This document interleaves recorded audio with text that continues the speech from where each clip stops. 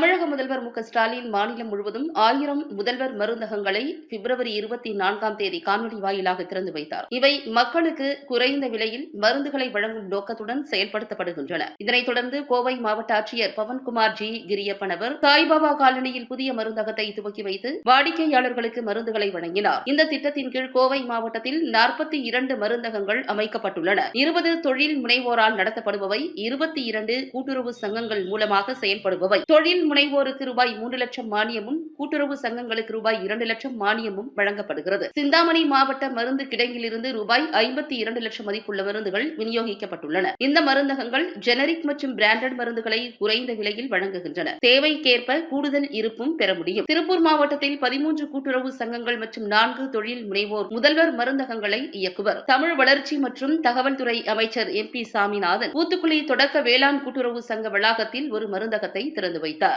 அமைச்சர் கூறுகையில், ஜெனரிக் மருந்துகள் தமிழ்நாடு மருத்துவ பணிகள் கழகம் மூலமும், பிராண்டட் மருந்துகள், அறுவை சிகிச்சை உபகரணங்கள் மற்றும் பிற மருந்துகள் தமிழ்நாடு நுகர்வோர் கூட்டுறவு கூட்டமைப்பு மூலமும் பெறப்படும் என்றார். கூட்டுறவு சங்கங்களுக்கு ரூபாய் 2 லட்சம் மானியம், ரூபாய் 1 லட்சம் உட்கட்டமைப்புக்கும், ரூபாய் 1 லட்சம் மதிப்புள்ள மருந்துகளாகவும் வழங்கப்படும். தொழில் முனைவோருக்கு ரூபாய் 3 லட்சம் வழங்கப்படும். இதில் ரூபாய் 1,50,000 லட்சம் உட்கட்டமைப்பிற்கும், ரூபாய் 1,50,000 லட்சம் மருந்துகளுக்கும் ஒதுக்கப்படும். கூடுதல் கடன் தேவைப்படுபவர்கள் கூட்டுறவு வங்கிகள் மூலம் ஆன்லைனில் விண்ணப்பிக்கலாம். ரூபாய் 1 லட்சம் வரையிலான கடனுக்கு 2 தனிநபர் உத்தரவாதம் 9% வட்டி விகிதத்தில் தேவைப்படும். அதற்கு மேல் அசையா சொத்து பிணையமாக 9% வட்டியில் வழங்கப்படும். திருப்பி செலுத்தும் காலம் 3 முதல் 5 ஆண்டுகளாக இருக்கும் என அமைச்சர் கூறினார்.